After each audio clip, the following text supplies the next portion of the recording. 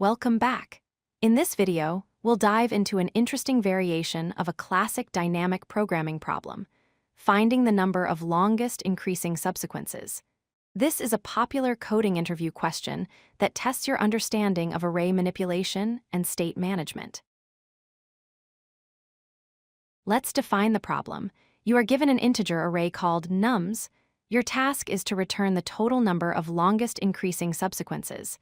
Notice the example here. We have the array 1, 3, 5, 4, 7. The longest increasing subsequence length is 4, but there are two different ways to achieve this length, so the output is 2. Let's visualize why the answer is 2. The first valid path is 1, 3, 5, 7. This has a length of 4. However, we can also form the sequence 1, 3, 4, 7. This also has a length of 4. Simply calculating the maximum length isn't enough.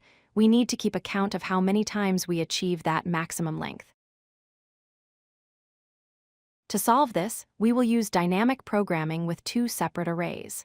First, the length array, where each index stores the length of the longest increasing subsequence ending at that specific position. Simultaneously, we introduce a count array.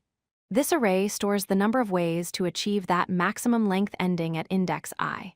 We initialize both with 1s. Here is the core logic. We use a nested loop.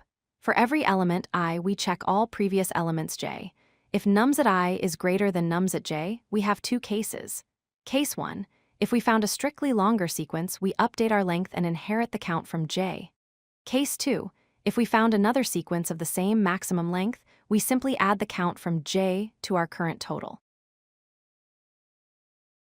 Let's trace this. At index 0 and 1, we fill the values normally.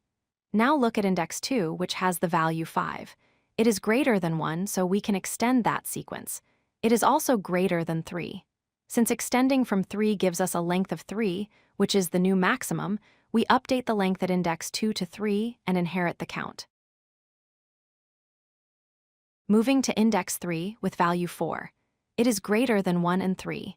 Extending from 3 gives us a length of 3. However, 4 is not greater than 5, so we stop there. The longest sequence ending at index 3 is length 3, and there is only one way to get there. 1, 3, 4. Finally, we reach index 4, value 7. This is the crucial part. 7 is greater than both 5 and 4. Both of those previous numbers had a max length of 3. This means 7 can extend both of them to form a length of 4. So, we sum up their counts. 1 plus 1 equals 2. Our answer is 2. The time complexity of this approach is O of n squared because of the nested loops. The space complexity is O of n, as we need two auxiliary arrays to store the lengths and counts.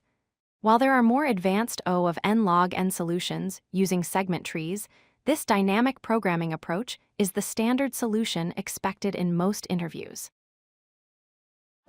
If you like this video, hit that like button and don't forget to subscribe.